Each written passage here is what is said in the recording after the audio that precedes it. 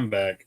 I'm just like, I don't know. I'm really loving these self reads. I'm in a self read kick right now, apparently. So, like, I never read me. You know what I mean? I mean, I come up sometimes, but I never sit down with the intention of reading me. So, all of the SKT is still on the table. I just left them here. And I'm going to finish. Or I might pull another deck too. Let's see. I didn't read all. I don't even know if I still have them in order. If I shuffled them, I think I shuffled them. Oh no, they're all at the bottom. Okay, no, they're not. Only Ran and Gerda at the bottom. Urul and Reisvelg. Okay, well, I'm not gonna get all of these, but that's fine. There is something about it's creating space, and I guess the thing about Earth,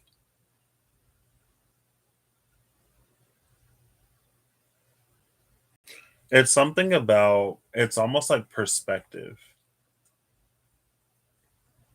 when it comes to what we experience.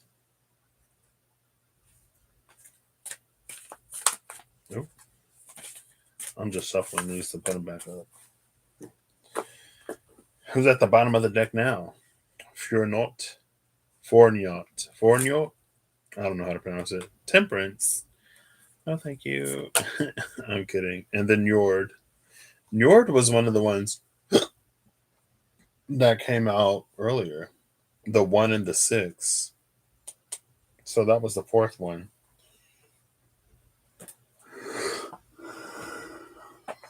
Ooh, I'm tired. The food was good. It was so good. I got white peach sake. Hot. That was good. I got some appetizers. One of them was good. The other one was edible, but not the best. But I was like, oh, I've never had this before. I want to try it. And I tried it. So, oh, I want to do the in between. No, I want to do the Osho Zen Tarot. Or not. Well, I'll do the Magical Dimensions Oracle cards and activators first. I think I'm going to put these away, though.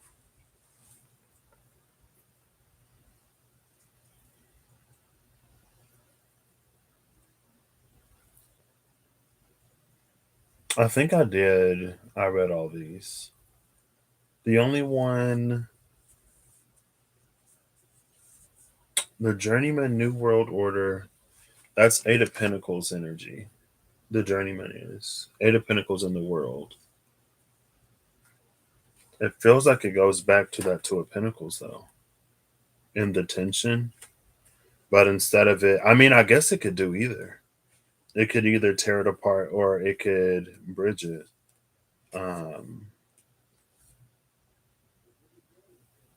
But I think that's the goes back to the Two of Swords, and I talked about it before. The dedication and effort that is sort of required to shift an experience outside of like luck, Because hey, Holly, how you doing? Excuse me. Outside of luck or external shifting of circumstances, a lot of this feels internal though. So the Eight of Orbs, this is the spirit of apprenticeship, of perfecting one's craft, of routine work that leads to mastery. This is also the spirit of prudence. When the journeyman appears to you, you are being called to apply discipline, a strong work ethic, and perseverance to hone your skills in a particular trade. The journeyman is the grind of dedicated work, practice, and careful methodical study of a specialized craft. Embody the apprentice. Pictured here is a young Muisca, I don't know, shaman in training. In front of her is her teacher's staff, setting an example for her to follow as she practices casting her own orbs. The shaman in training works under the watchful tutelage of her gods, Chia, diosa de la luna, her moon goddess, and Shui, dios del sol, her sun god. Diosa de la luna and dios del sol. Okay. The backdrop is the high plateau of the Colombian Andes, home of the Muisca or Chibcha, around 800 AD. I have a friend in Colombia. Note the orb set into a master staff. This is prophetic of an adept who is currently an apprentice, but who will someday exceed the master.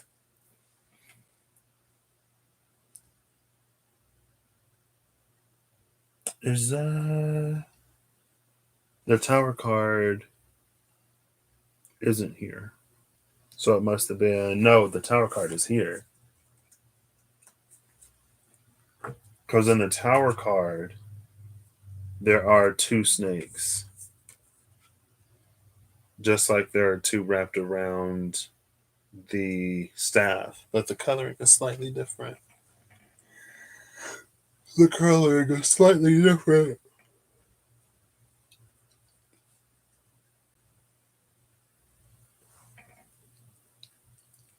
Busy weekend. Okay. No worries if you have to step out.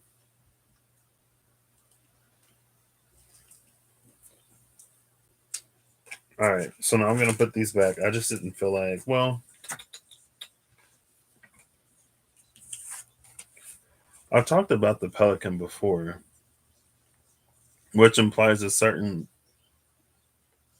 it holds an energy of sacrifice. Or it's like what we give of ourselves in order to carry something else forward. The Eight of Pentacles is like literally just like hard work.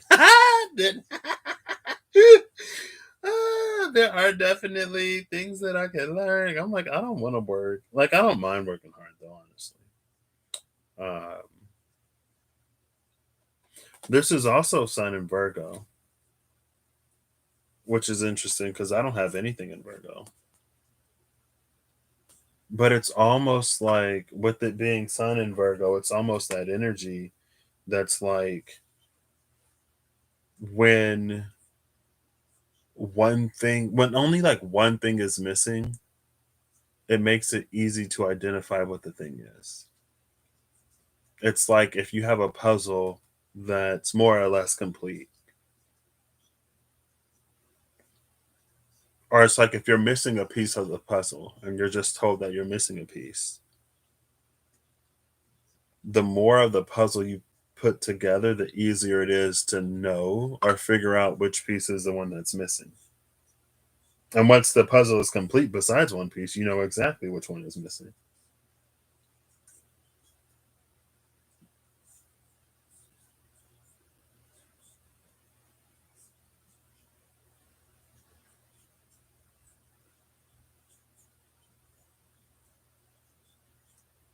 One second.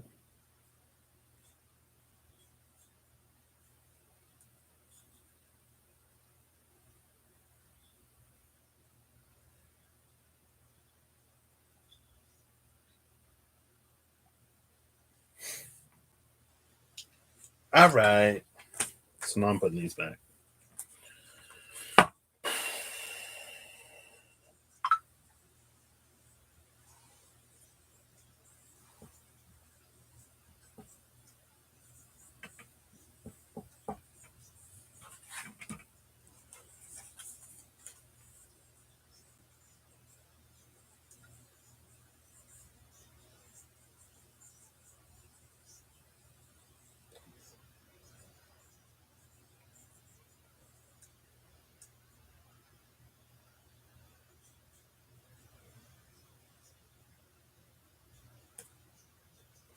I'm trying to look at the foregrounds and the backgrounds.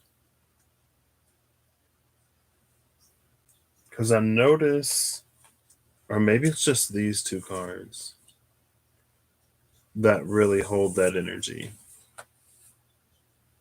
of like, there's what happens in the foreground, there's what happens at that level, and then there's what happens at the background. The foreground of this card, I don't know if these are like broken stone fingers, like whatever these are, confuse me. Haven't been able to figure it out. I've looked at every single time I look at this card, I look at them. I don't know what they are. I could look it up. It almost makes me think of the Omphalos stone, though, or the Omphalos stone. And that's when Kronos received the prophecy that his children would overthrow him or whatever. So he ate him. And then, in order to save at least one of her kids, Gaia gave him a stone instead of Zeus, and Zeus was raised in secret in Crete? Question mark. And he was told that he would have to free his brothers and sisters, and then they would have to do whatever.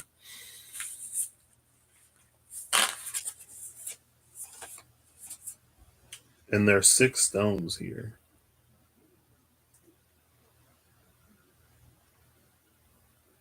I don't know. It'll reveal itself.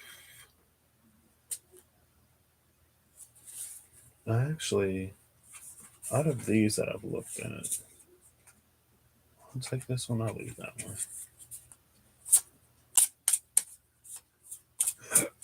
Excuse me. I want to get 2 of these. And I'll take the top and the bottom. And 3, 2, 1.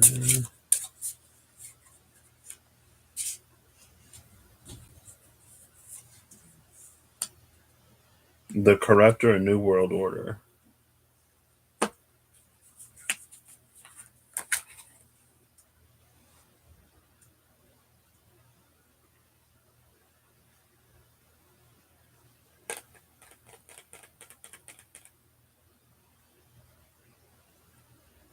So with the Corruptor, New World Order, it feels like as the light shines through something, it reveals the contents of it. Right? So if there were like these 7 cups without the animal next to it, right? Like they would just be the cup, and as the light shines through it, then you see the animal.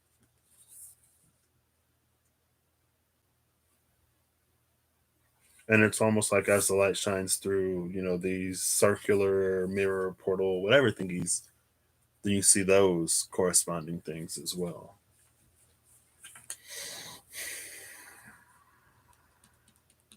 But I don't know if these would be the filter. Oh yeah, because there's a lighthouse at the bottom of the deck, or at the bottom of the card.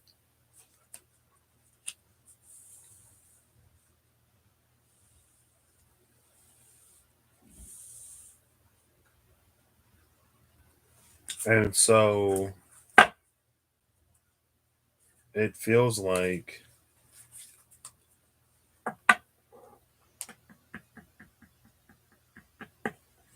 in some ways it goes back to that knowing what's within your power, knowing what isn't, and doing what is within your power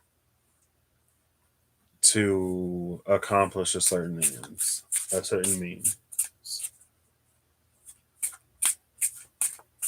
And then it's like, if it's not supported, then it's not supported, and you just sort of like let it go.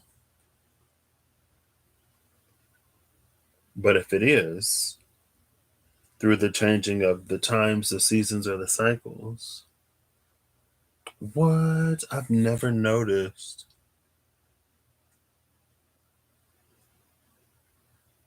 The 2 snakes are in the world card as well.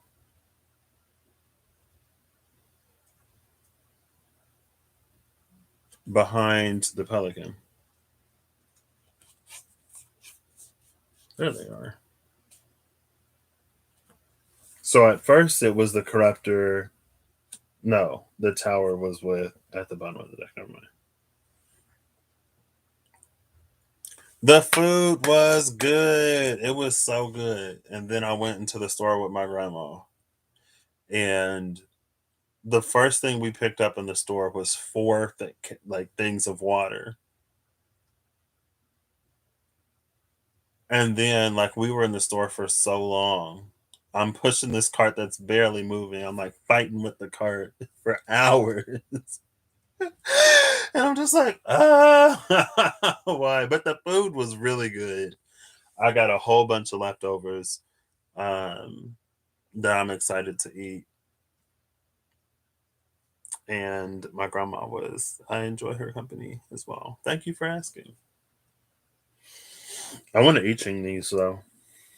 I love eating. So on the top is earth. On the bottom is water. Yeah. Earth over water. And then I printed out the I Ching from the first edition when I got it a while ago because I was gonna like bind it into a book or whatever so I could just have them, but that never happened. But I still got this. So Earth over water. It's interesting that Earth over water came out too because it was Ran of the sea and then Gerd of Earth. It was the water goddess and um, an Earth goddess. Number 7, the army. Oof. I don't think I've ever seen the army before. What's the army say? Do I not have this page? Hello? Yeah, I do. I can't get it. I can't get it. Thank you. It was so good. The army, collective force and discipline. Conditions are auspicious when the army marches with a single unified purpose, when the army is in proper order. To be disciplined, the army must be led by a tenacious general. Your ambitions are too scattered. The ego or tenacious general must exercise discipline, and like a disciplined army obeying the command of its general, your ambitions must serve as a unit. The general must know how to control the army and how to best utilize that army. Each ambition must serve a specific purpose and must not serve any other purpose. There is bounty to be earned. There's all that discipline. There's all that discipline that came out with the Eight of Pentacles. I'm like, oof, I'm more disciplined than I used to be. My version of discipline was like, if I don't want to do it, I'm not going to do it, and it doesn't matter what it is. That didn't necessarily serve me well. But I think maybe that's why the Seven of Cups came out too. Because, like I said, I want everything. And if not everything, I want a lot. And I'm willing to do what I need to do to get it.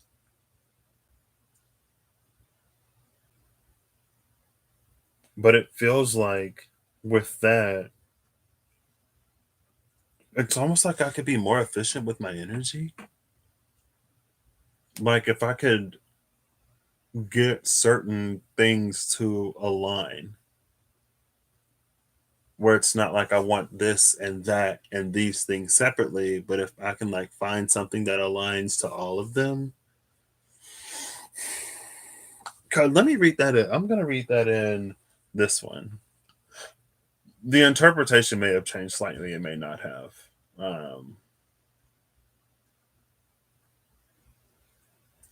Because now I'm like confused. Or should they all be separate?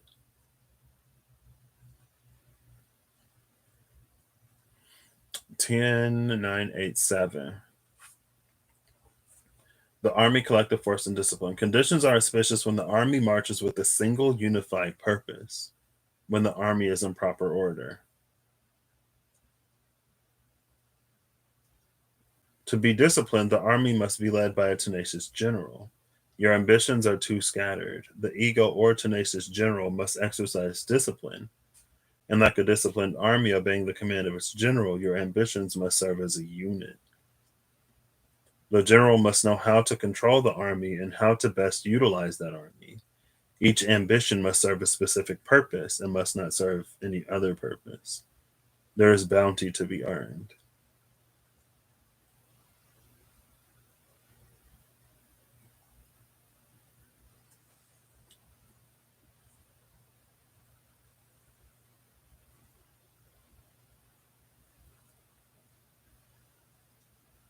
Maybe it's also to just like,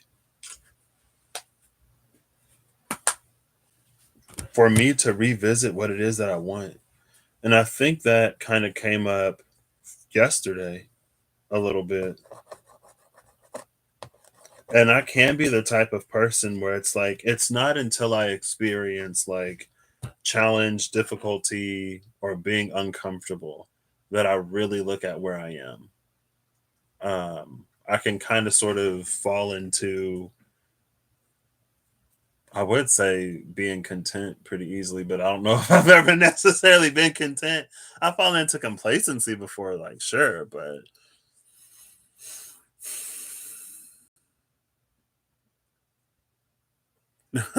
right. Right.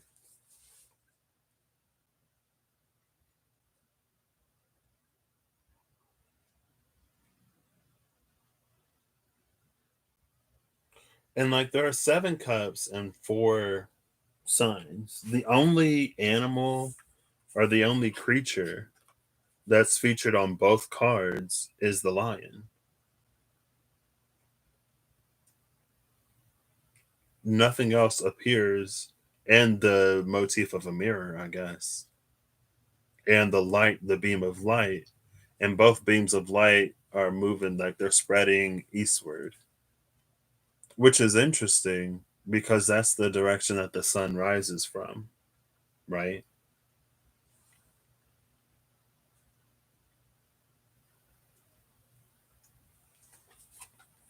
I think it's interesting.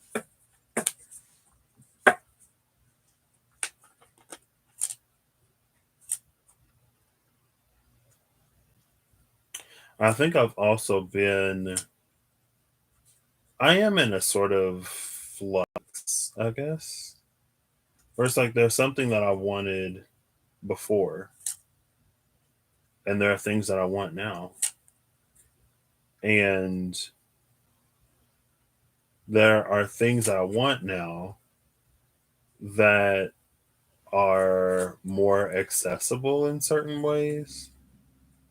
But just because they're accessible in those ways doesn't necessarily mean that I have to confine myself to those spaces. And now the seeker is at the bottom of the deck with the chariot. Who was that? The golden shield. Sanctum of splendor.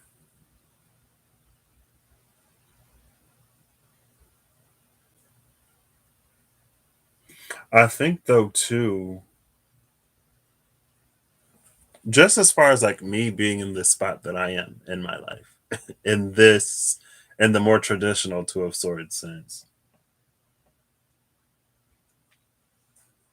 all of this, the talk about like dedication and the dedicated general, or what the what general, the tenacious general. Hey Siri, define tenacious or not. Because I feel like I'm not, I feel like I'm not very tenacious. Sometimes I'm like, "Ooh, this is hard. I'm done." Not always, but that this it's just this is it's timely for me because I am like, well, should I just like should I tough it out or should I look for something else? And then that's the question. That's what brings up the question of like, well, what is it that I want to do? Because if I don't want to do this, then yeah, I could go somewhere else. And it isn't necessarily more so than what it is that I want to do.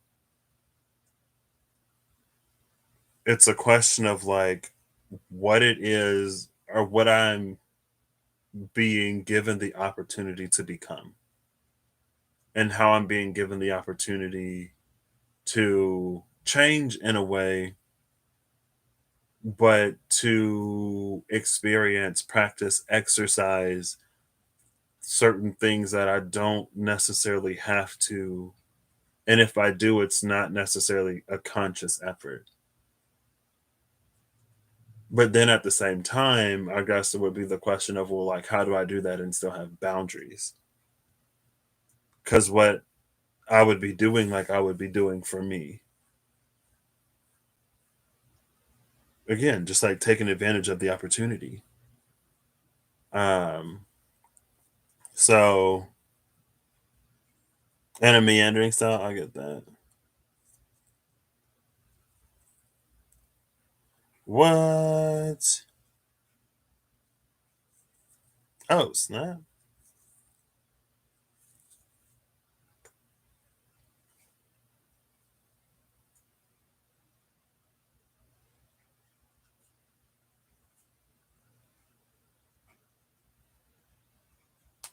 I feel like I need one card. Just one.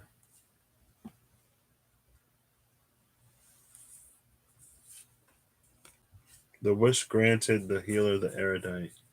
I did say, oh, and the necromancer. I did say just one. So we'll do one. The wish granted.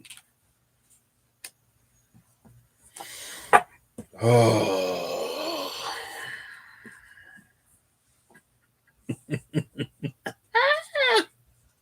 Wishes may bring problems such that you regret them better that though than to never get them. This is very wishes may bring problems such that you regret them better that though than to never get them. Into the Woods, Stephen Sondheim. Rest in peace.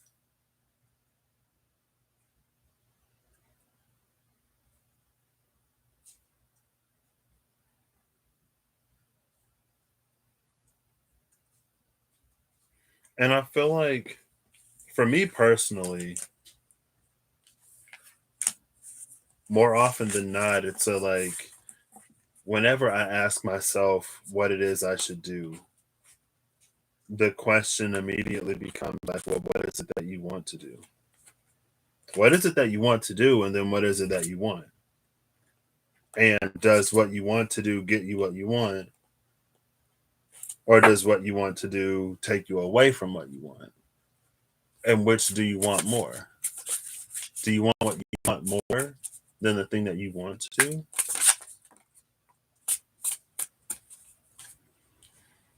Archangel of Healing. Oh, snap. It's done. What?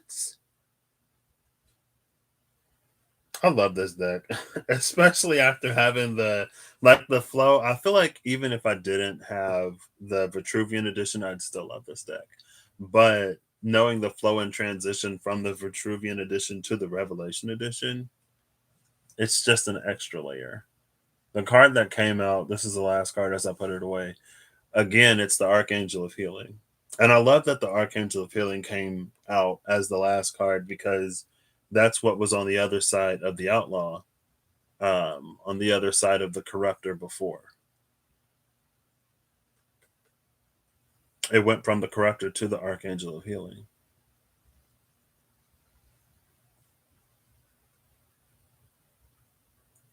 And there's like these three, like 1, 2, 3, 4, 5, 6, 7. 7 different vessels for water.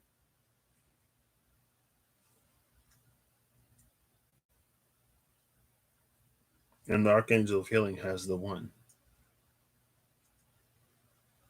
Angel who salves and purifies.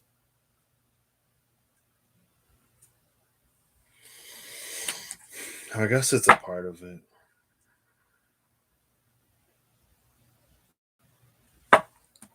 But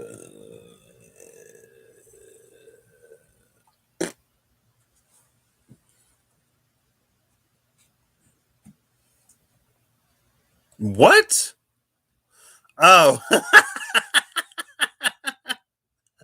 I was like, an ad, not on this channel, but then yeah.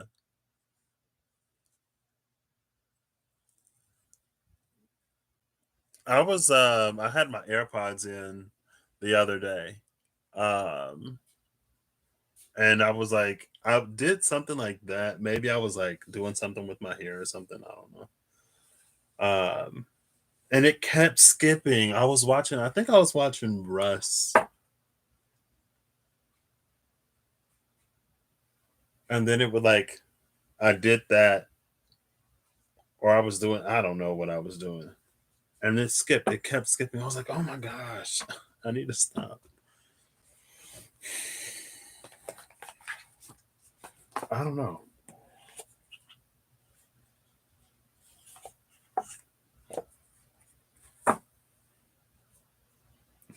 Who was that? The outlaw. The outlaw again with the Archangel of Healing.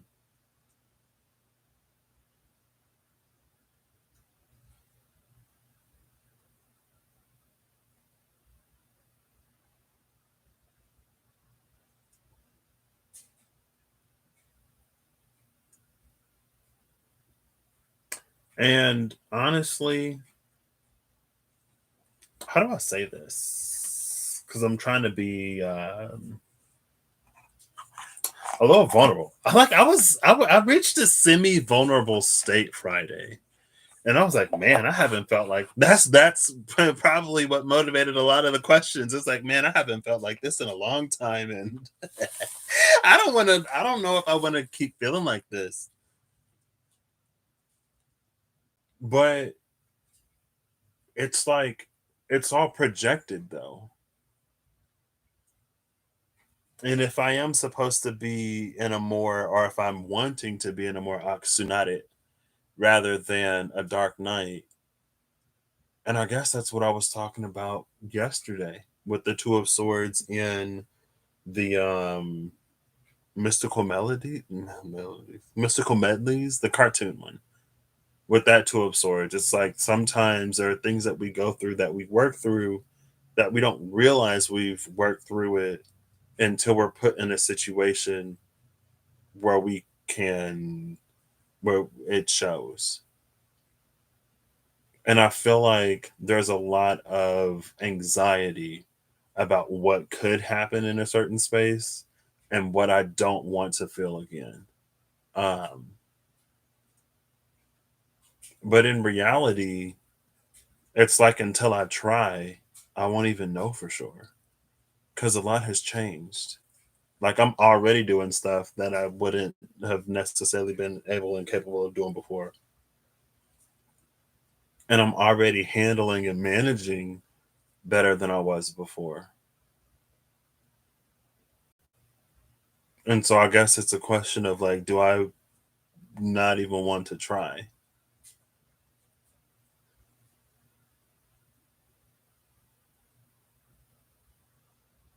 And it's like it's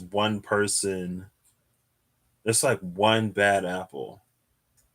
One like in a bunch of amazing apples. It's one all right. It's one meh apple and a bunch of like really good ones. And that meh apple is starting to like seem like it's going bad. And it's like, well, is that one person enough? And like that's the question. It was on my mind all day until I left work. It was on my mind at work for a hot minute. And I'm just like, I don't know. But I don't think I want to not even try. And I don't think I want to give up this time. It's time to remove some corruption or whatever. Hmm. I'm glad I did this. Also, like when I feel like whenever I read myself or whenever I try to take something for myself, It's very like you thought it would be one thing and it turns out to be something different. Or if it is the one thing, it's like the thing will happen, but it leads to a series of questions that like I would have never even anticipated. And it's almost in my mind sometimes this very almost high priestess, like the unknowable nature of the world and the universe in some aspects, where it's like because you found out or because you knew or because you know, now we have to make it something completely different just so that you don't know. Like, maybe not. Yeah. Yeah, me too. So I'm like, and that's the thing, because it's like I love the people I work with. And the people that I don't love that I work with, I like a lot. And the people that I don't like a lot, I like. Besides one person. And that one person is just like, it's like I go back and forth with them. And I'm just like, oh. And so Friday was like a, oh, moment. But I wouldn't want to, like, because I like the other people I work with, I wouldn't want to screw them over. You know what I mean? So it's delicate, and I'm just like, I guess this is the part of Muggle corporate world reality that was an eventuality, but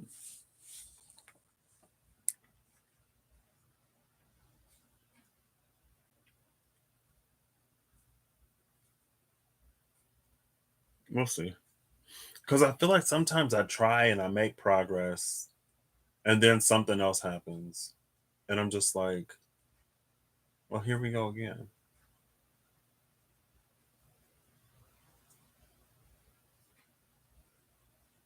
And there was a part, if I'm being like completely transparent and honest, there was a part of me, what, that was like, let's just cause a tower. Let's just cause the tower moment, because it's better to have the moment before the time comes than it is to have that moment at the time where it's all needed.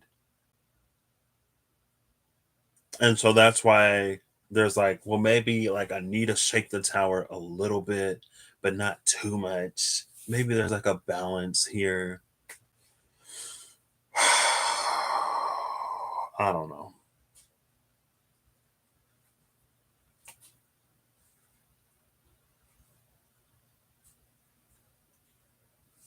Anyway,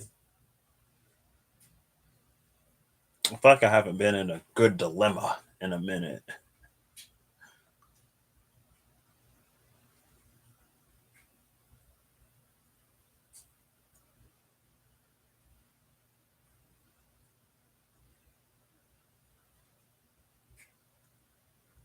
I'm just thinking to myself, it's fine.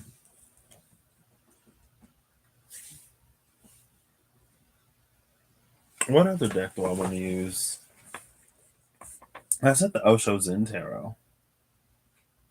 I use the Osho Zen. Maybe the Osho Zen will provide me some guidance. I went into that meeting on Friday like, this is who I want to be, and this is how I want to be, and it's gonna be. It's. I thought about it a lot. I was like, you know what? I could do this. I could do that. And then we went into the meeting. I opened up with it, everything, and it didn't fall apart. But it's like in a situation of compromise, and like I'm not going to be the only person compromising, because then it's not much of a compromise. That's just me sort of like getting shafted, for lack of a different phrase. And I'm like, I'm not doing that. Like, if we can't compromise on this, then I don't want it. And I can find something better. Because I don't mind like being a team player, but I'm not gonna be the only person playing. I'm not carrying a whole team. I did it in the past. I'm over it. I've gone through that phase. Not doing it anymore. Not interested. And it's like one person. I'm just like, step up.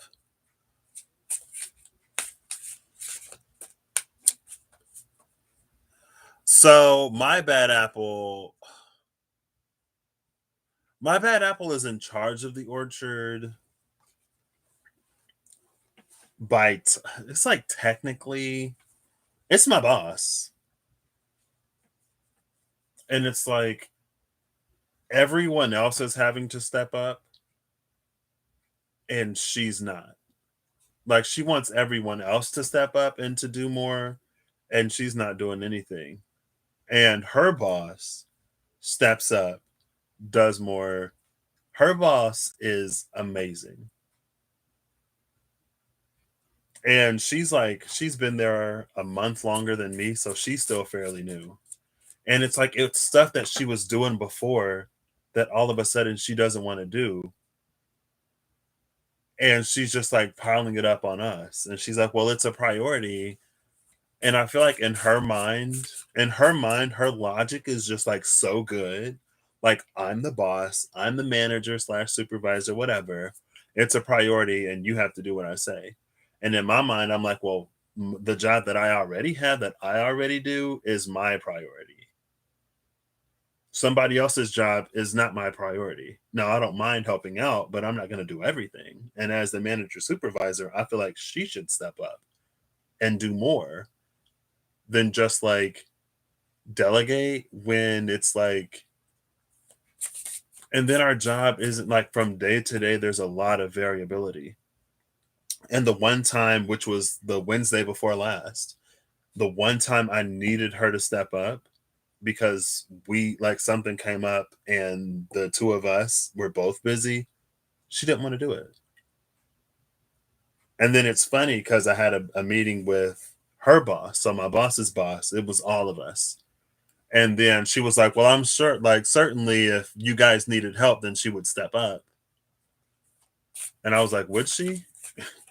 Because when I needed help 2 weeks ago, she didn't want to help me.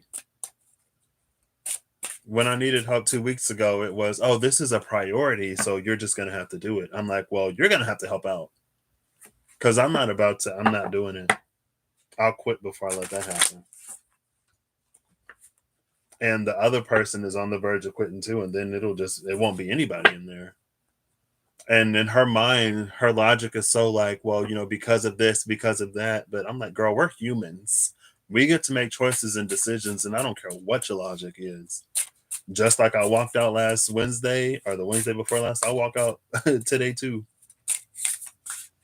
You're not going to steamroll me. You're not going to pressure me into doing anything. My top priority is my own health, happiness, sanity, well being. My second priority is my job. My third priority is somebody else's. You knew what it was at the beginning. You should have been prepared to step up, and it's all going to come falling back on you. So let it slip aside if you want to. That's on you. That's your job. I can do mine. And then it's like she can't even do nobody else's job. The one job that she can do is the one that she doesn't want to do. That's the job that she's putting us off on everybody else. I'm just like, no. See, I was gonna be a team player, but I'm not playing for somebody who's not also like on the field. You know what I mean? So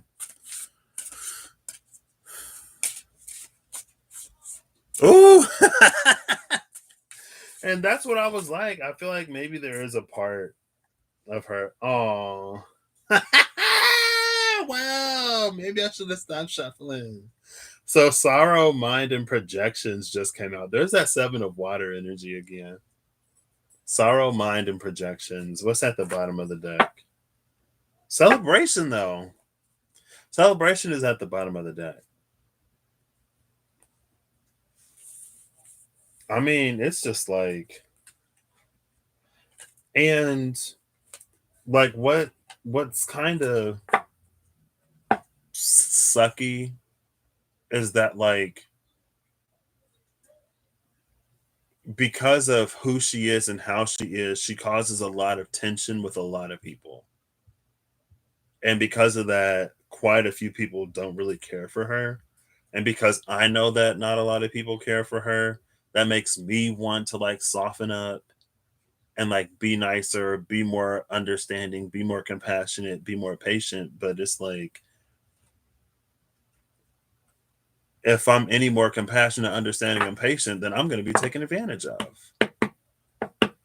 And I don't care how corporate America works. I don't care how the professional world works or whatever. I'm not going to put myself in a position to be taken advantage of. It's not going to happen. The divine has better for me. There's something else. There's something more aligned. And it's literally this one person. And then now all of a sudden, oh, it's this, it's that. Oh, look what I'm doing. I'm doing this. And she's like, she's finding busy work for herself to do so that she doesn't have to do this other stuff that is a priority that needs to be done. And then I guess that's, but the boss, she was like, let's leave feelings and emotions. She was like, let's leave emotions out of it and just be objective. Let's leave the emotions out. She's like, let's be objective. Let's be objective. But it's like, I feel like if you're gonna comment on what is a priority and what isn't a priority, then maybe you need to re-examine your priorities, because what you're trying to pass off on us is a priority, and all this extra stuff that you have us doing, all this busy work that you're funding for yourself to do so you can sit at your computer and not have to get up and go and do something, that's a lesser priority. Like, this stuff needs to be done. The stuff that we're already doing in our position and our role needs to be done, and we're the ones trained to do it. So I'm like, yeah, no, no. Yeah. And like, we already had that one talk. So if she think it's gonna go down any other kind of way, she's mistaken. And so I had to schedule the meeting for Friday, Thursday. So I did it right before I left. I sent the email invite and then I went out the back way and I just left. And then I heard that she went in to the other office and she was mad about the meeting. And it's like, you're not gonna get away with this. And if I have to, I don't know. And that's why I'm like, she's like, I can see she's like trying in some ways, but there are some times where she's just like hard to like, or she's hard to work with. And like, this is the first time that I'm having a boss, manager, supervisor that I don't like. And I'm like I've had ones that I've had disagreements with before, sure. But this is the first one I've had where it's like, I don't know. I'm just like, yeah, no, not for me. But anyway, so instead of like all of that, but like the choice and the decision was like, well, how long do I want to be here? Do I want to be here long enough for this to be my problem and my issue? Or do I want to start looking for something else? Do I want to cut and leave now, put in my 2 weeks? And it's like, a few weeks ago, I randomly got an email about an interview with a company that I was actually looking at before, but I ignored it because I was like, I'm satisfied where I am now. And so that's, I guess, why it's a little bit of like, who, what, when, where, why, but most importantly, how. And I'm just like, ugh. Sometimes I wish I could be a heathen. I wish I could just be like, you know what? But it's not even about her. It's about what I want to use this as an opportunity to create or make for myself. I know that sound.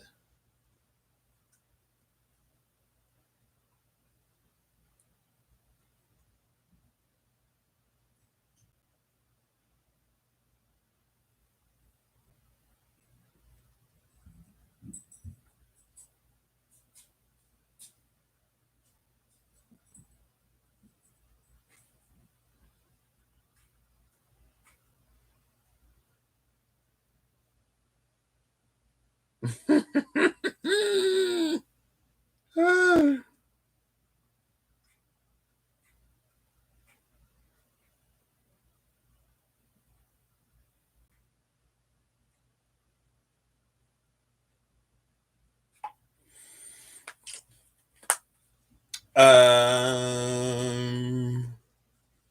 and it's like her mind is just so like very one track, but it's fine. Which is 6 my time. Okay. So anyway, let's clear that out or not. Maybe the Osho Zen is going to help me. The bottom of the deck is courage. Courage and moment to moment. But possibilities. Courage, moment to moment, and possibilities. That's a 2 and 2. Under possibilities, it's 4. So the 4 of air, the 2 of rainbows, the 2 of fire. I feel like the postponement would be in me allowing this opportunity to like pass me by. And traveling is behind postponement. Postponing travel and the dream. And then also clinging to the past. So Eve, stop, leave me alone. With the clinging to the past, the 5 of water, it does, because some of it for me is like there are limitations that I had in the past that I don't have anymore. And so a lot of my concern is about whether or not those limitations apply, how they'll affect me. Because honestly, it's like more than anything, it becomes mental. And then I get frustrated and then I get upset. And that's why I'm like, well, if I approach it with a little bit more whatever and or just leave, then I won't have to deal with it. I won't have to put myself in that situation.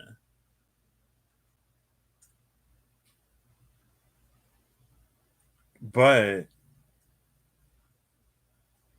it feels almost like a game, I guess, in a way. And I feel like I haven't really played it yet. Or I haven't, like, there are a lot of things.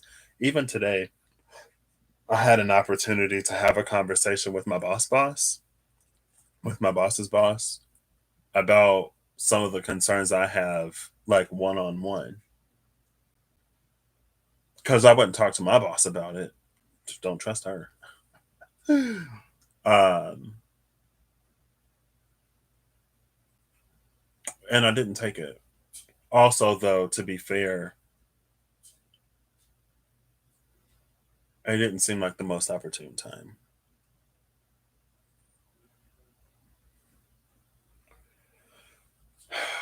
So that's why I say, for me, it's about what it gives me the opportunity to live, experience, discover, find out.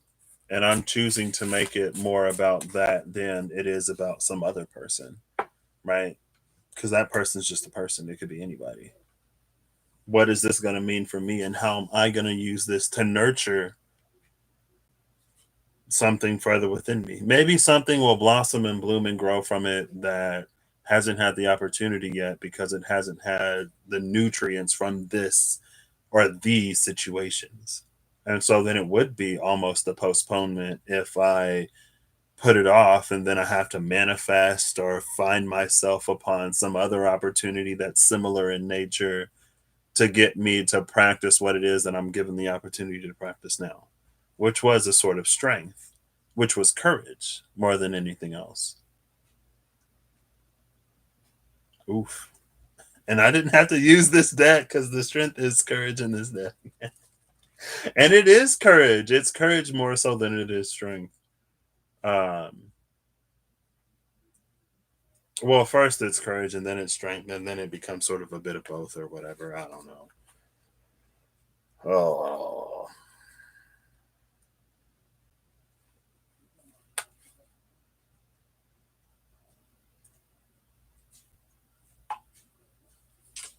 that's why sometimes I just like roll my eyes. But at the same time, I'm not going to let this opportunity pass me by. I won't do it. Hmm. Okay. Well, you're struggling, wondering if I have to flush a 14-year career down the tower toilet. So don't take my advice.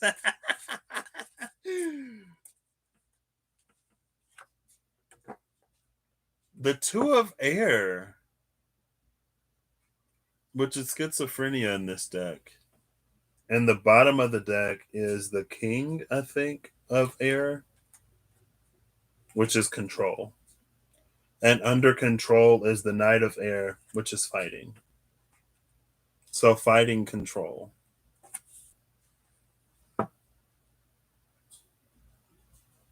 See, and I feel like there is this like this part of me that's like, if you're trying to mess with me, you got the wrong one. You got the wrong one. Cause I can already see, and I feel like it's almost this challenge of narratives. It's not maybe this is why it was the corruptor, the outlaw, and the archangel of healing. Because I need to, before I start expressing, I need to work through the scorpionic energy before it becomes a Martian energy. Um, because I was really like, you know what? Like this could be a slow burn tower. This could be a all at once tower.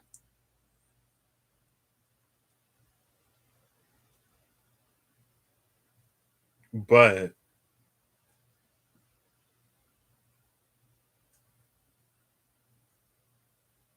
it's like a, maybe this is where the general comes in. Maybe this is where the army comes in. It's like knowing your ambitions, knowing how they work, knowing your purpose and your goal.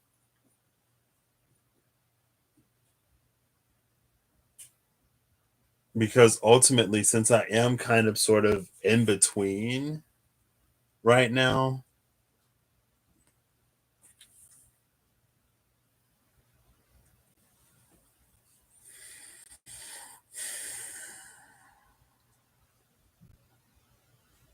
I get to choose. And I can choose something that satisfies both goals. Because it's not, it could be around the tower. What's the tower in this deck? What deck would I pull the tower for? What's a good tower? I'm gonna use the, I'm trying to remember where I put them. The Threads of Fate. Because I have the light side and the dark side. I have the two decks. Because it's like I feel like a partial tower needs to happen. A tower needs to happen to get this person to realize that the way that she conceives of a situation, perceives a situation, and how she thinks things will follow through because of organizational dynamics is not how it's going to work. And I feel like she's already been confronted with that. But for some reason, it's like, I don't want to say she thinks she's gonna win, but it's like 3 out of 3 of the people on our team, it's like more than anything, she would just push us out the door. And then she would have to do everything. And again, a good chunk of it she doesn't even know. Like, she just came up to the office. Again, like, she's my boss. She started before me. It was only a month and a half before me. She come upstairs last week, no, a few days ago. And she's like, "What does this acronym mean? What does that acronym mean?" And I'm like, "Girl, maybe you should be getting trained." And that's what she said she would do. She's like, "Oh, well, after we get this person hired, then I can learn the other stuff." But where is she?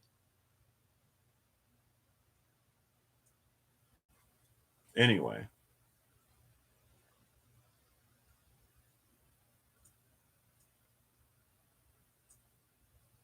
I don't know. It's like she's relying on dynamics that hold no weight. They don't. Because the game only works if people play, right? And no one's playing the game that she's playing. So she's the only one playing that game.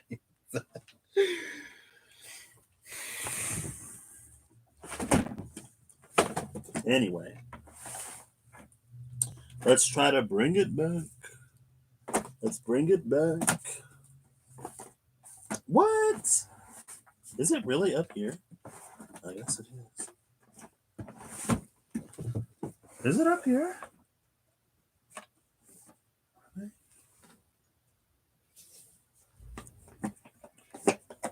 Oh my gosh. Hold up. Wait, where are they? Hello? Um,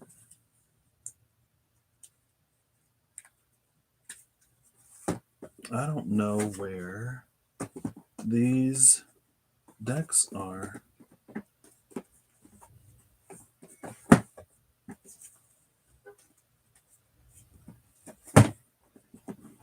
One second. Oh, well, here's one of them. Oh, there's the other one. Okay, I found them.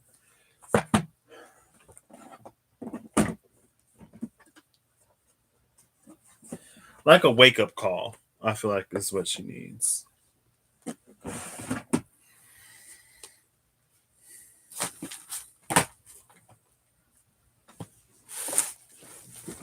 I do want to pull some in between cards for myself, though.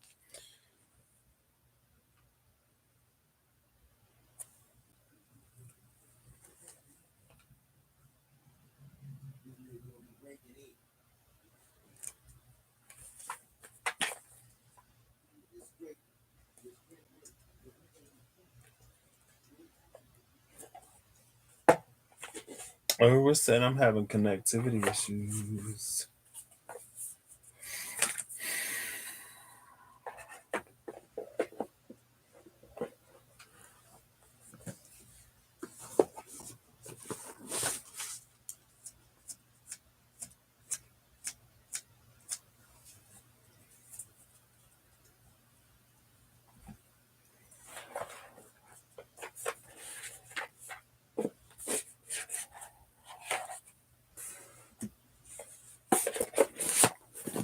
Hello?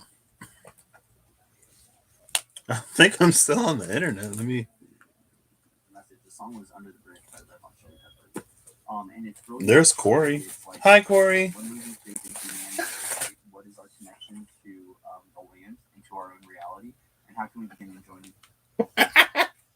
My TV just turned on and Corey was there.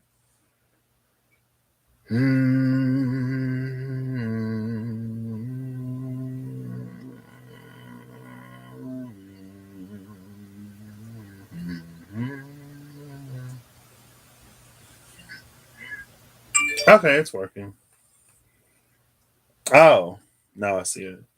One second. Wait, I think I can do it here.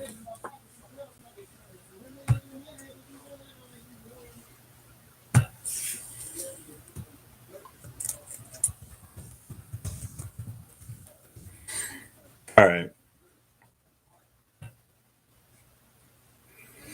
Yeah. It's just like, I don't know. I don't want her to necessarily crash and burn, which is why, but I don't know. I don't know. I'm going to give this one of those. Oh. Look at this. Look at the card that just flipped over. The Two of Swords. That's Man, I didn't expect it in this way. Not like this.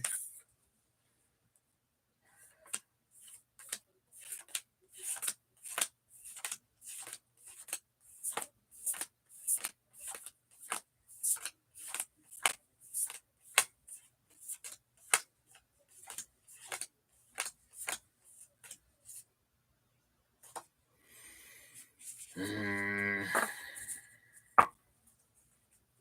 So the first one is the world. There's world energy again. The world, the tower. It's not doing these any justice. There we go. Kind of, sort of. Maybe. No. The world, the tower, and the Five of Wands. Do I necessarily want to contribute to creating a hostile work environment? No. But I feel like the environment is already hostile. Okay. The Wheel of Fortune and the Four of Wands, though, that's like major and minor Wheel of Fortune energy for me. Or world. The Four of Wands is that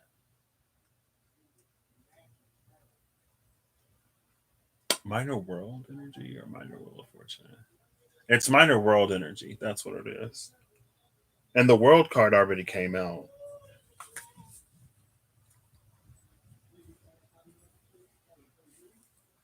If you hear anything in the background, just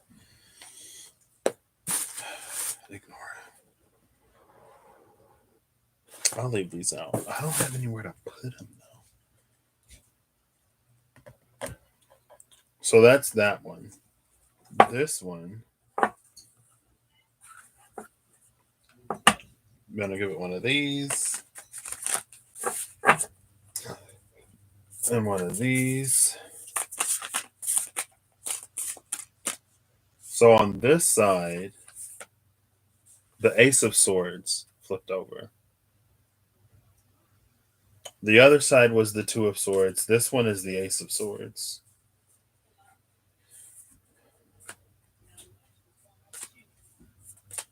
I think these had pretty similar cards at the bottom of the deck too.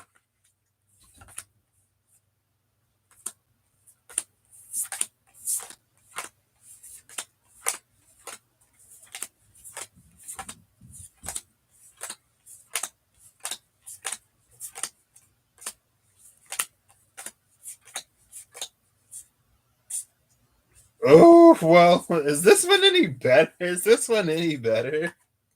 So it's the Ace of Cups, another ace. Can you see that? The Ace of Cups, the Tower, and the Ten of Wands. There's the Eight of Wands again, though. So the Eight of Wands and Temperance. These are like two opposite energies. You got slow Temperance and super quick Eight of Wands.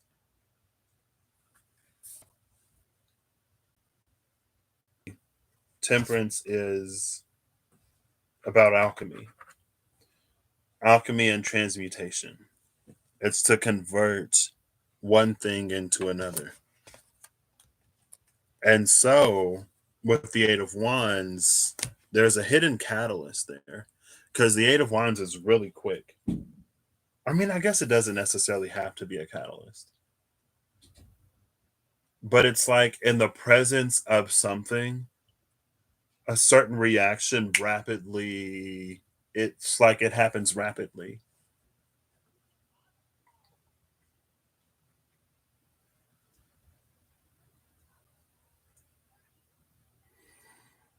So we've halved the swords. We go from the Two of Swords to the Ace of Swords, but the wands are doubled from 5 to 10. The world is here, and the Ace of Cups is here. So the world would be more of an energy of completion, while the Ace of Cups would be, it's like it's more about beginnings. The world is more about endings. All right, see you later, Holly. Enjoy the rest of your day as well. Um, the world, I feel like the world emphasizes more endings in the Ace of Cups, more beginnings. And I feel like that's why the Ace of Cups is heavier. I think that's why the Ace of Cups comes with 10 wands. The Ace of Swords and the Ace of Cups tower comes with 10 wands, while the Two of Swords and the World Tower only comes with 5. Now, 5 wands isn't necessarily like, I don't know which energy is like, I don't know if one is necessarily better than the other, but the 5 isn't necessarily burdened.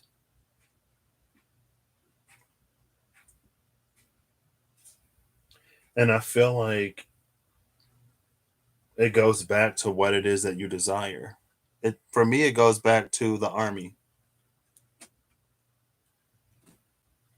And it's like, what goal, what's the outcome that you wish to have?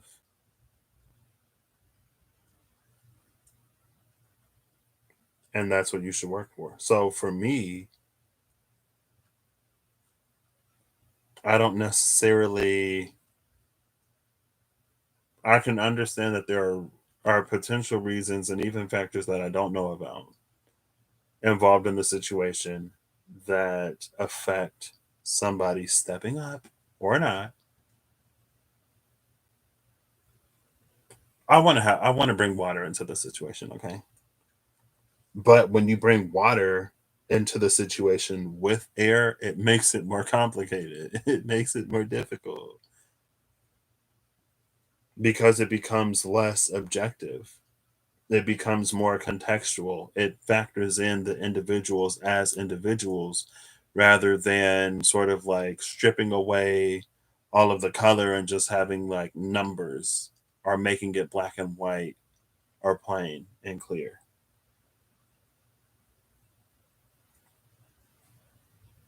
And because of how I laid the cards down, the Two of Swords that ends with the Five of Wands is on top of control. The Ace of Swords that ends in the Ten of Wands is on top of fighting.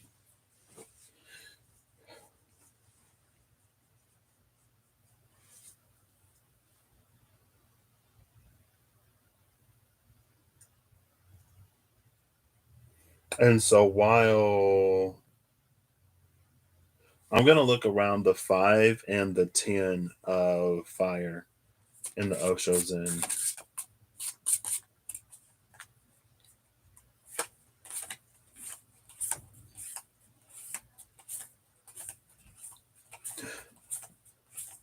because I feel like even though it may not necessarily be easier if the 10 of Wands, if that Ace of Swords, Ace of Cups is the one.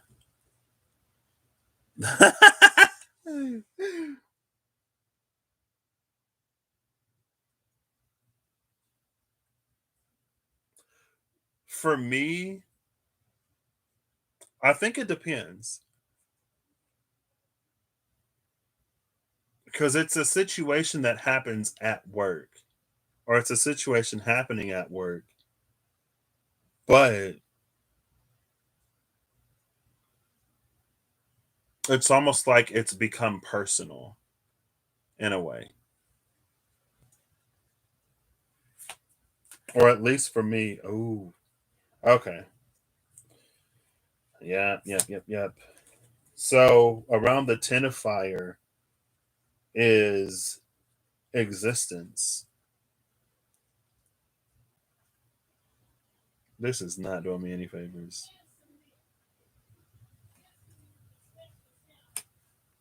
Existence on top of that ace of cups, ace of swords, and then the suppression that goes on top of the tower, and then healing that goes on top of the 10 of wands. And I think that's why this ends in the 10 of wands. It's because it's like it's more of a burden, it's more difficult to take another into consideration and to try to work things out in a way that honors self and others. Because when we only focus on self, it's like significantly easier because then we don't have to, care. There's not much balance, or there's more balance in balancing the self and balancing with another. The 5 of fire is coming out with, let's see.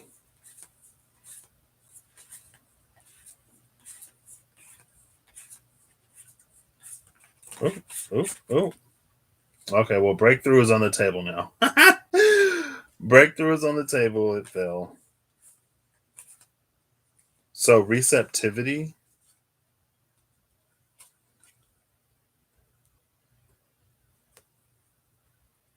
I'm trying to put this here.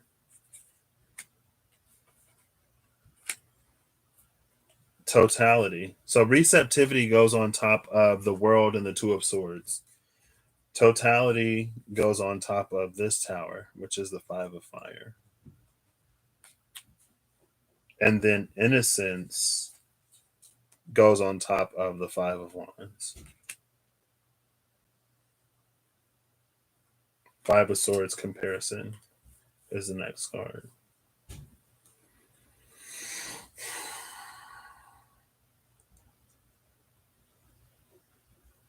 Yeah. Or it's like that's sort of the lesser issue here. Because it's not like, at least for me, like the concern isn't like directly affecting my like my pay, you know what I mean? Or something like that. In the situation, it's like the job part is a little less at question than interpersonal dynamics. And well, I don't know. But on the other side of the tower, with receptivity, totality, and innocence, it's very much so, it involves the energy of karma. It's like if this is what you do to someone else with the intention of doing this to someone else, it will come back on you. You will experience the return of that energy. We experience the return of the energy regardless, which is why it's important to get clear on our motivations.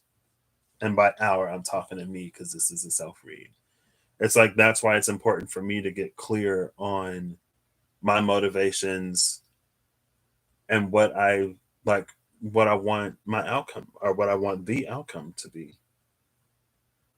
Because either way, it's going to fall back on me. Either way, there are going to be repercussions and ramifications that fall back on me. And so if I approach it with that Ace of Swords, Ace of Cups energy, it is going to be more difficult. But now I have Ace of Swords, Ace of Cups energy to reap or to gain, because that's my intention. If I approach it with, Two of Swords, World card, Five of Wands energy, then I'm going to get more of that. And it almost, because it's almost a question sometimes, it's like, it's not necessarily about, it's why the how is important. Sometimes it's not necessarily like who is right, but it's the way that something is gone about in a certain space. And there are rules of engagement in the space that, if not obeyed, mars the, not character, perspective of a person, right? Like, if not handled carefully or cautiously, then I could be seen a certain type of way that I don't want to be seen. But I think the intention will speak for itself, right? My intention is to, like, have someone else lose their job or make somebody else look bad or incompetent or whatever.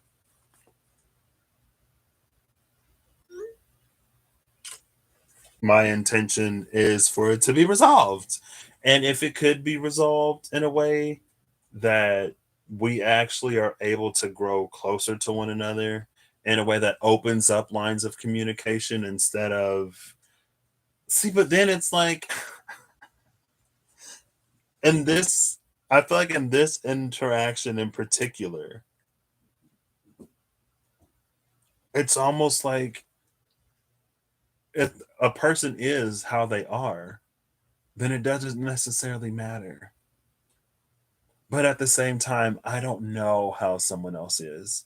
I don't know how someone else is going to show up in a certain space. And it's not for me to know, because what is my concern is how I conduct myself. What is my concern? What is for me to know is my intentions and what I want the outcome to be. And I'd much rather prefer a meeting rather than a class, because then it's awkward to work in. You know what I mean? And I don't want to make it awkward.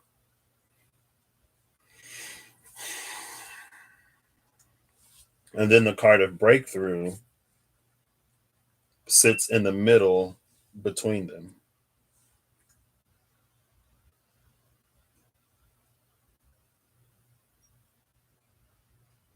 And I feel like with this breakthrough card, it's an energy, it's very like, I don't know how me, I don't know if, and I guess this is something that's come up. It's a thought I've had before. Um, although definitely not in this sector of my life. um, it's an energy of, if it's like, if I do something different in an interaction, it could be someone else's first experience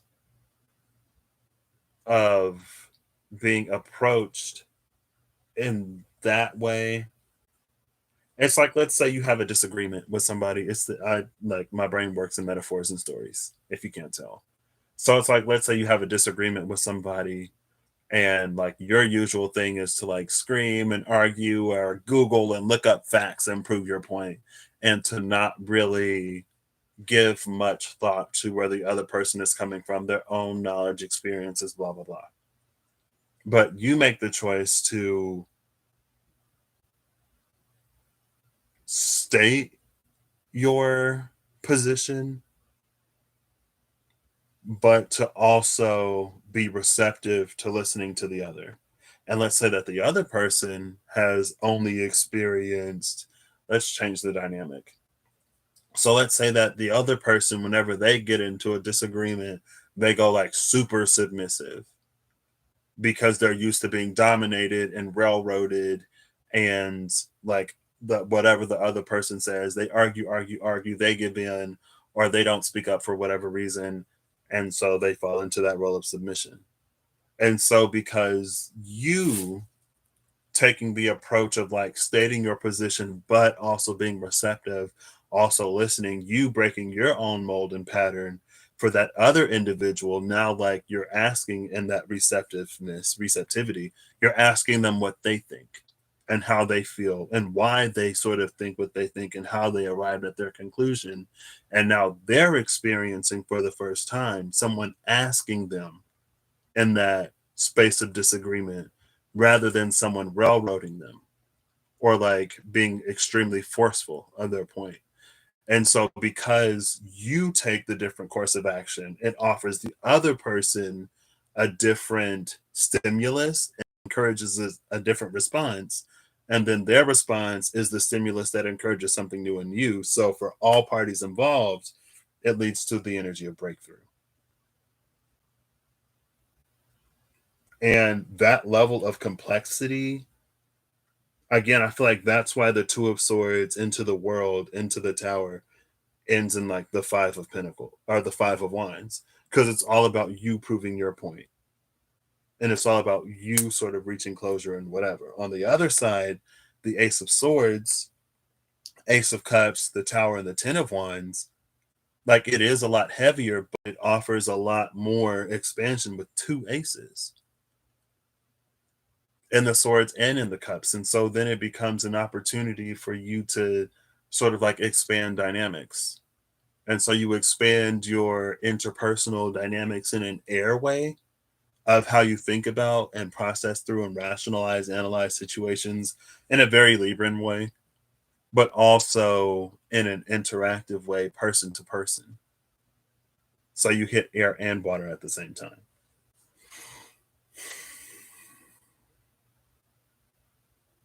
But again, I feel like that it goes back to the intention and what you hope to get out of it. Like if you just want to tear somebody else down, or if you just want to prove that you're right, or if you just like whatever,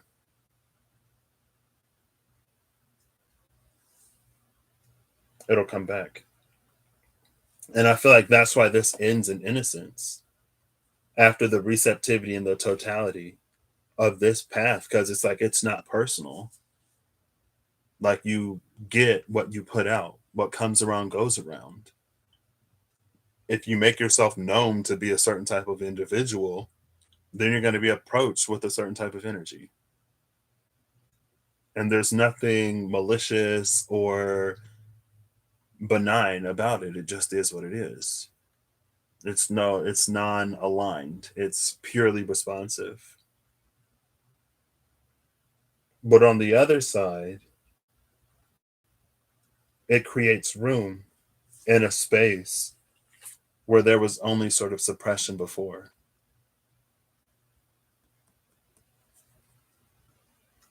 Because the suppression goes into the healing, right?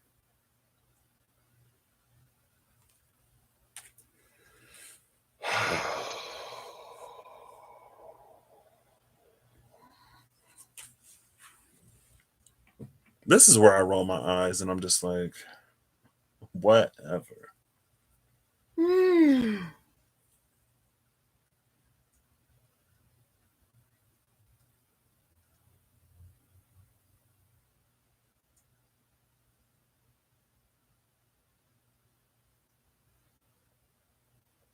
Cut to me saying, I want everything and I'm willing to do what I need to do.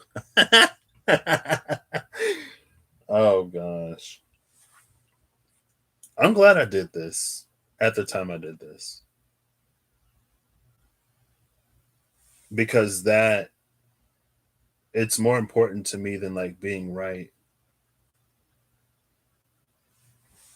I don't want to make the dynamic any weirder, but also at the same time, it's like a whole bunch of like consideration that I'm just like,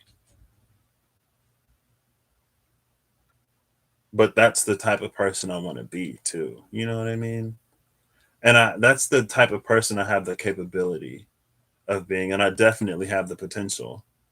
And the King of Pentacles did say yesterday or the day before yesterday something about fulfilling potential.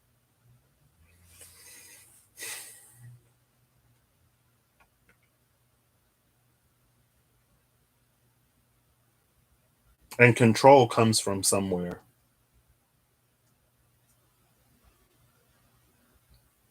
Sometimes control is a response to some kind of wounding. And if you only serve to deepen a wound, then I don't know how healing would be expected. And I can tell there are some traces of some control stuff.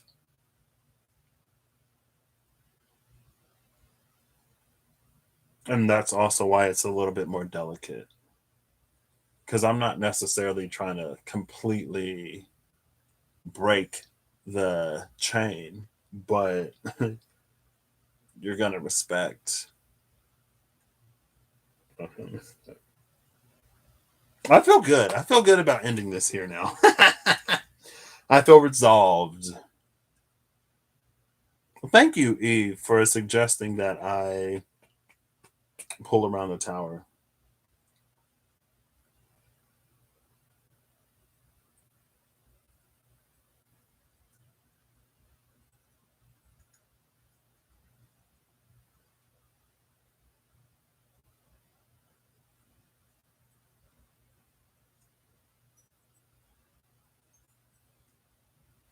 And I feel like it doesn't even necessarily have to take place. Maybe it's not specific to work and workplace interactions. This could be like a dynamic that you have with the person. This could be familial. It could be some stranger. Like these types of actions don't just happen in the workplace. Maybe that's another reason why Pentacles didn't come out, because it is kind of sort of who and how we become in general.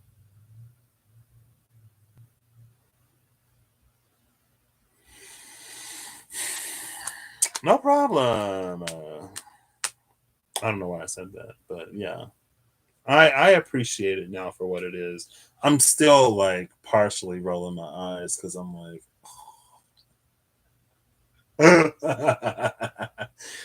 like when I said that I would do this, I didn't actually want to do it. Like I didn't want to have to do it, but I was just like letting it be known that I'm down if I have to. I don't want to have to, but if I have to, if it is a need, if it's a necessity, then I can.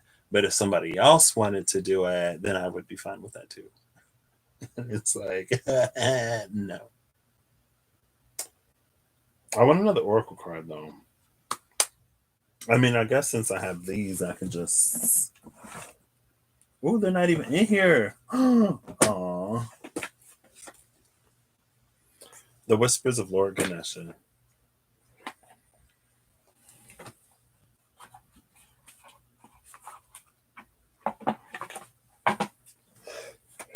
It's also an opportunity to learn to balance internal polarities and extremes and stuff like that. So Lord. Oh, oh.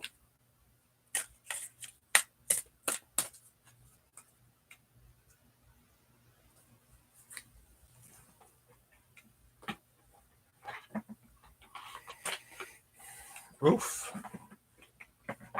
I almost felt a twinge of emotion. You were? I forgot I had it for a second. I wasn't even thinking about it. And then I was like, oh, I do have that deck. The card that came out is Belonging. And this makes me feel emotions. It's fine. The card that came out is Belonging. Oh, oh, Belonging and Wholeness. I didn't even see Wholeness under Belonging.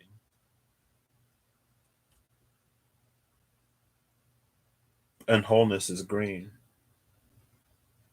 which is that heart center color. Because that's what I feel like that's what the Ace of Swords, Ace of Cups approach. That's the energy that it cultivates. It cultivates belonging, and it encourages wholeness in the sense of like it's almost because things become like non-extremized. It's like it gives yourself and someone else, and that especially in that specific example I gave, it gives yourself and someone else the opportunity to, well, first of all, that example I gave, it opens up a completely new arena in interpersonal dynamics and any other layer we put on interpersonal dynamics, be it work, friendship, familial interactions, romantic, whatever. Those are all layers that are filters that that interpersonal dynamic passes through. Um, but it's like it opens up doorways and possibilities to being able to explore different sides of the self with someone else. And it gives us a different experience. It helps illuminate or show or make true or make more true, validate the fact that not every situation necessarily has to play out in the same way, especially when we activate and utilize the power of choice, and the power of our choices, right? Because we can only be responsible for us. And I can only be responsible for me, right? So that's another reason why I'm making this about me and how I want to sort of conduct myself, how I want to move forward, how I want to be, and how I want to be a little bit more open hearted. Because then it gives me permission to do and be all of that. And it doesn't put any pressure or burden of expectation on somebody else, because I can't control how anybody else acts. I can't control how what I say is received, if it's received. All I can control is me. And now, if I'm met with something better or different or on the same vibe, then again, it's like, we're both maybe, or at least I'm experiencing something new. Maybe we're both experiencing something new and exploring together, building out more of the picture and increasing what's possible. Belonging. Learn to find security from within.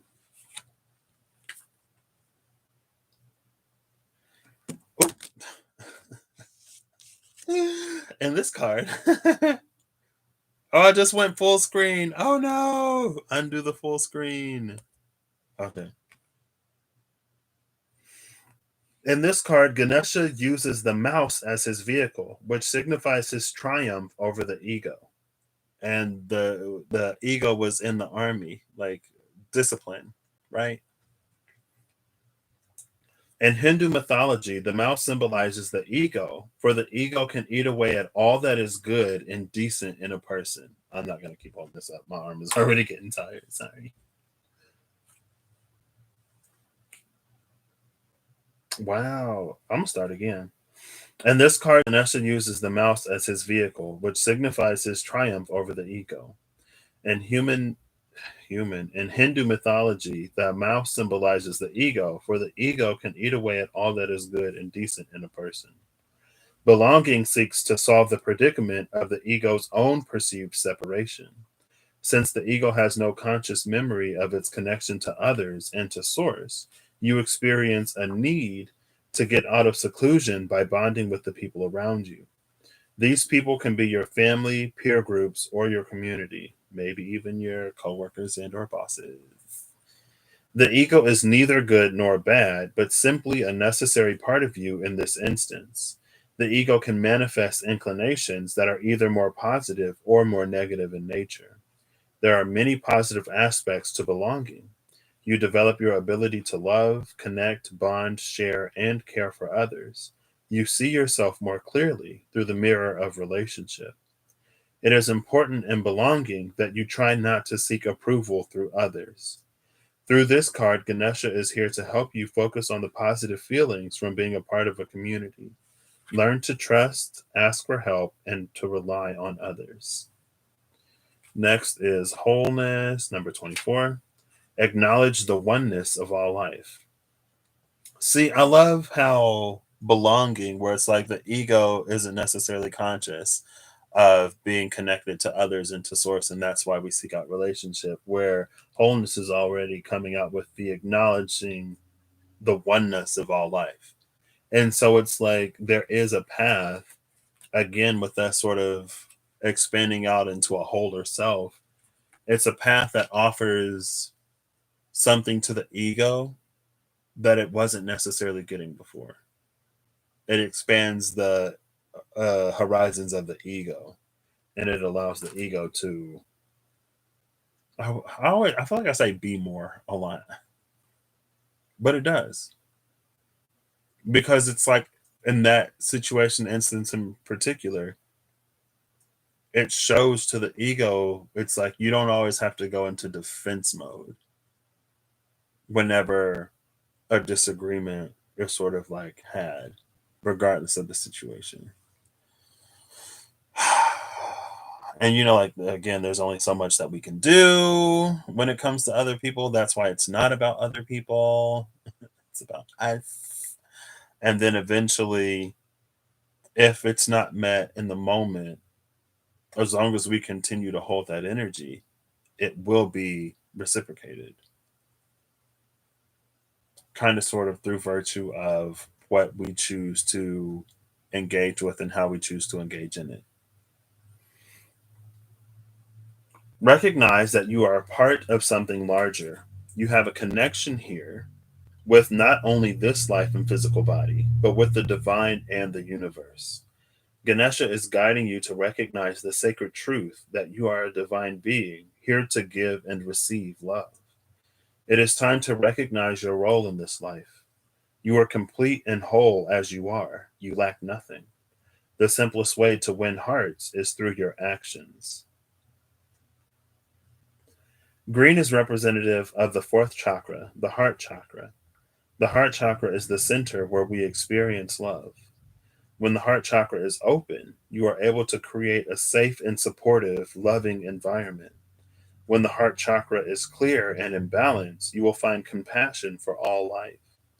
You may be more empathic. You may be more empathic. You may be able to see the divine in other people. You will find you are happy and fulfilled because you are fulfilling your divine purpose in service to humanity. Your sense of self is not limited to the ego. Your consciousness will expand, and you realize that to love others is to love yourself because we are all one. This card symbolizes peace. You are asked to take a moment and hold the color green in your heart.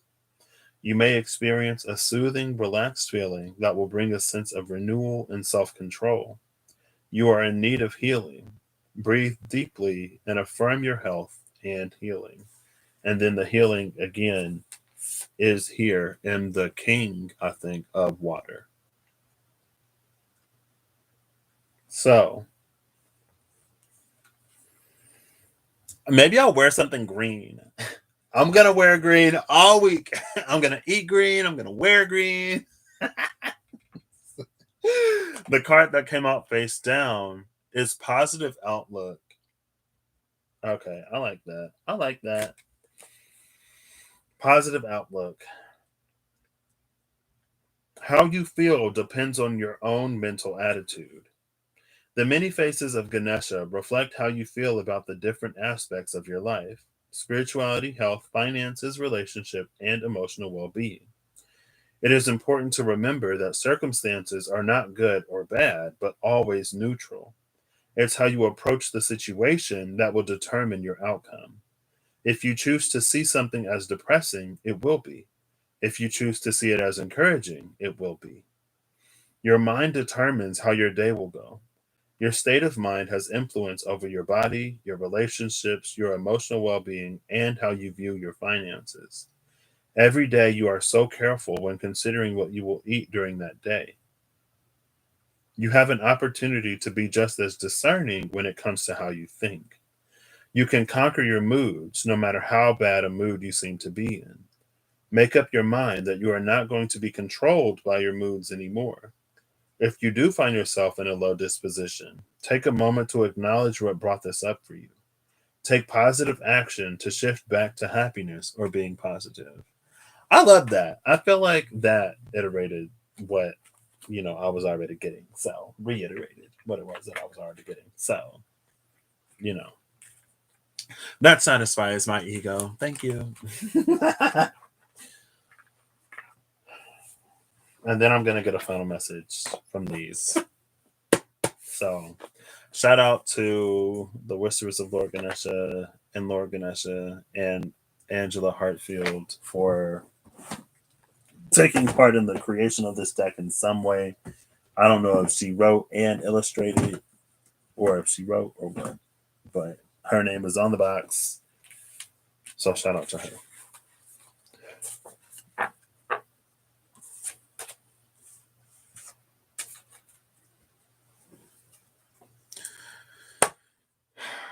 Remember that the situation is neutral. Not good. Okay. And then I see in comparison, there's the bamboo and the rock. And I feel like, there are times to be flexible and there are times to be inflexible. And there are times where we can be more flexible than we think we could be. And there are times where we need to be less flexible than we think we can be. It's all as appropriate.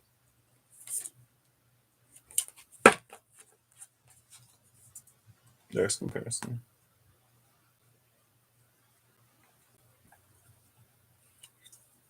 Oh, there's that fighting card again.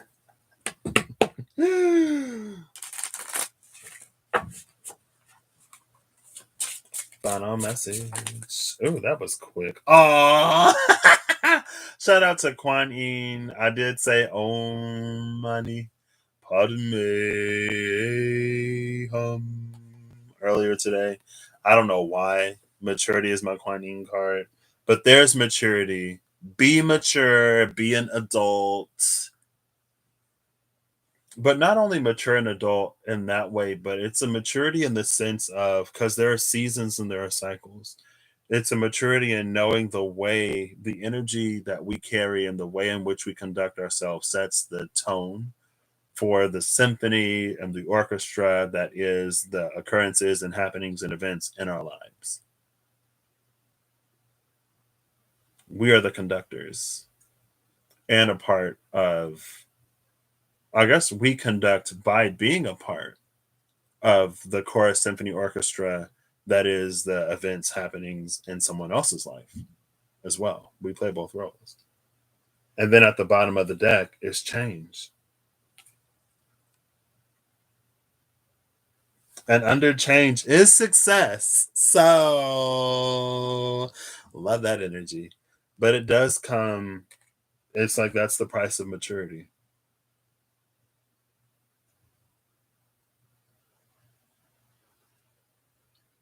And maturation is what gives us mighty trees and vegetable plants and fruit plants from seeds. Seeds ripen and mature, and then they bear fruit. I needed this. I mean, I feel like it isn't necessarily anything completely like new.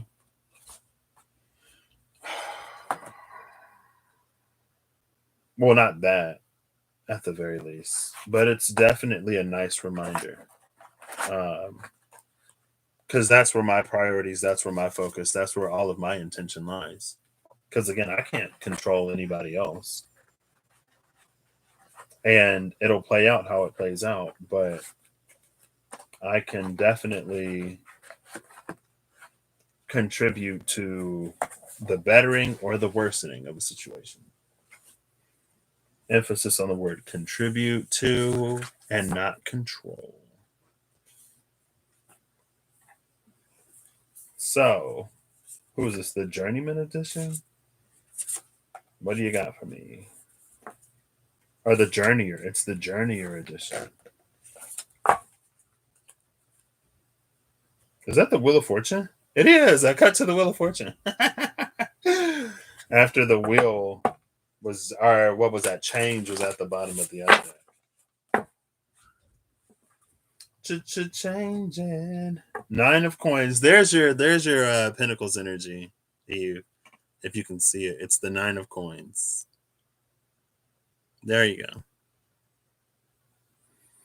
With the 8 of wands again.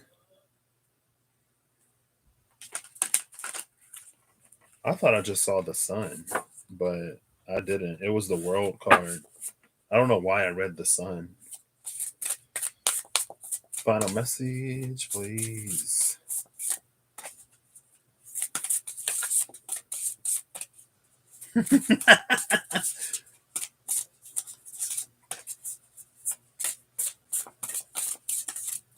Okay, I'm going to do the final message from the other one first.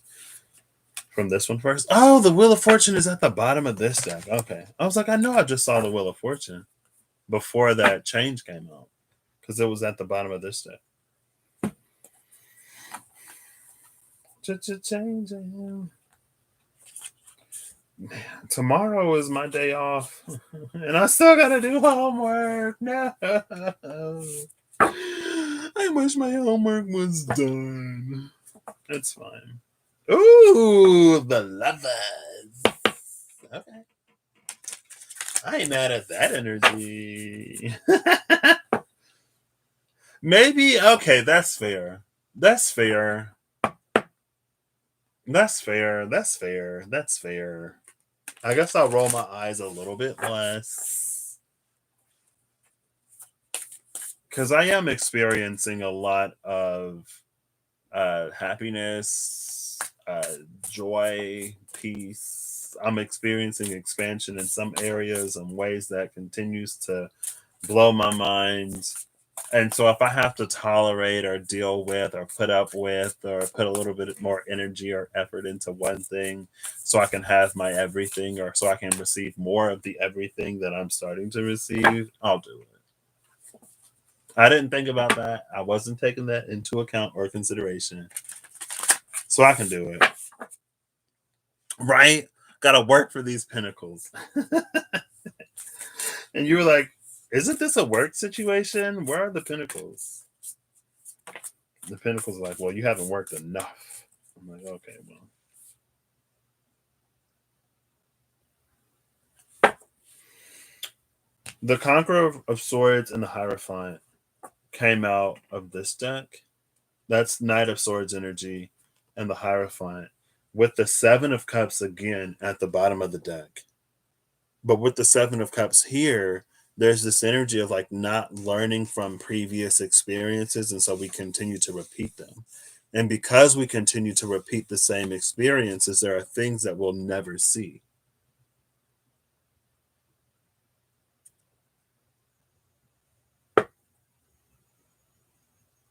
And I feel like the Hierophant and the Conqueror of Swords, it's an energy. It almost feels like the 5 of Swords, but it's like it's about being right or proving a point at all costs. It's also an energy that carries forward a thought, an idea, a concept, a structure that it takes on as its own with the Conqueror of Swords, but it actually belongs to the Hierophant. So that's another thing that like getting clear on our own like intentions and our and like the desired outcome and stuff like that, like it'll help us look at all that. I feel like there's also an energy of like we won't necessarily experience anything new or different if we don't seek out anything new or different, or if we don't broaden our horizons and whatever, right? That's when we keep getting the same old, same old. Even if it sounds different or even if it's packaged differently, if that intention and the expectation and the desired outcome are the same, then it's going to work out the same. And it can be deep.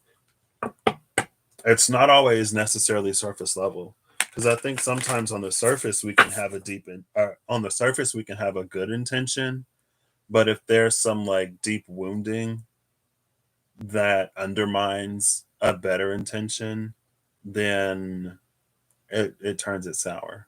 And it's like that's our true intention. The true intention lies at the core. But I think that's also why the healing energy came out with that Ten of Wands, because it sort of works through some of that, clears it up. So now, can I get a final message, please? I said no, but I'm going to keep getting going until I get one. Please.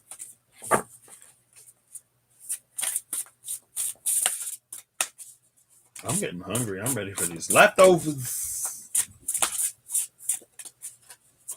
Please, please, please, please, please, please. Please, please, please, please, please, please, please, please, please, please, please, please, please, please, please. Oh, look, the 9 of coins.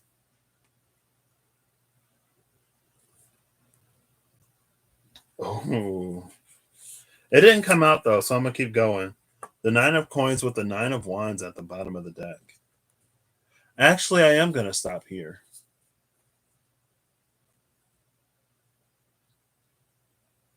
The world card it's like a be all end all. It closes something out. And so within that cycle or within that season, it doesn't allow for anything more. That's why it ended up with what receptivity, totality, and innocence. How we kind of sort of keep playing out the same over and over. Because we close it out, we don't give it the opportunity to expand or to be anything different. And with this 9 of wands, we have that 5 of wands energy, but it was. So the 5 of wands is the pentagram where the material is put over spirit, and the 9 of wands is the pentacle where spirit is over everything else, and there's the frame of the 4 of wands around it. And again, the 4 of wands is my minor world energy. So it's like it partially closes the 5 of wands cycle here, but it leaves space in order for it to become something different, in order for it to become something new, by changing what it is that we prioritize. And that's what leads us or puts us in the vicinity of this 9 of pentacles energy. That is that, like, because that was specifically about jibes, that is more security. But the 9 of pentacles, it's coming out with this message. It's almost like everything is connected. You can't disconnect one thing from another, to the point where it's like there are these things that you handle in whatever way, and that holds enough weight to get you everything. Well, it's like, well, if you're only doing what you're supposed to be doing 5% of the time, and 95% of everything else that you do is the same old, then maybe it's not working, because you know what I mean?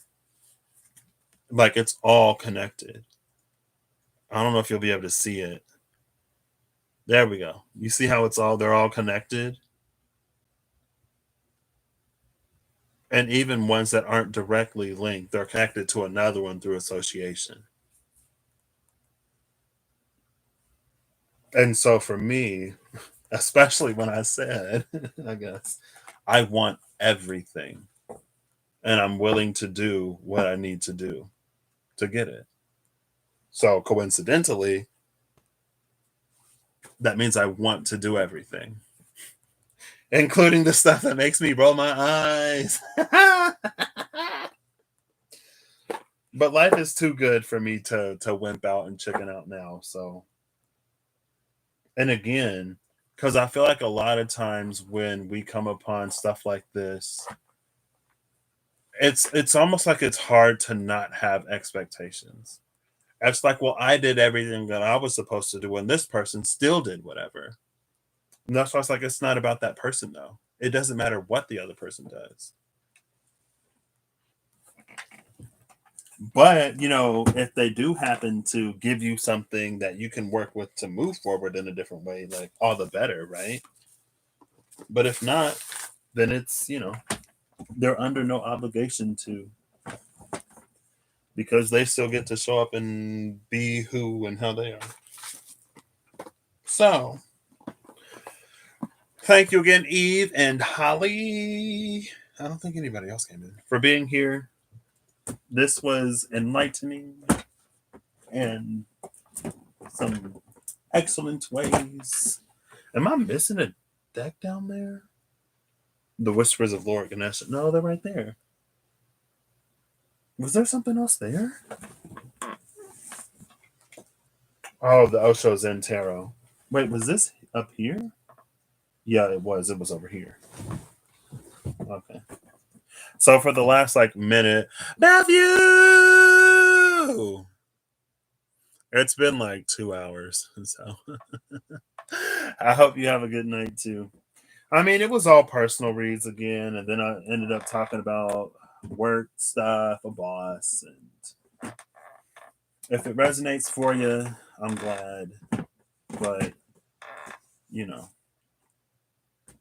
I was inspired by Eve because she did at the end of the In the Dark series, in order for the sake of transparency and fairness and things of that nature. These were all in here, right? Why is this not wanting to fit? Was it up here? Maybe it was up there. She read herself. And I was like, I'm going to read myself. So I did. I might do it again. I got a lot more decks. I don't know. Maybe not. We'll see. Okay. I'll catch you all later. Have an excellent whatever again, whenever. And until next time.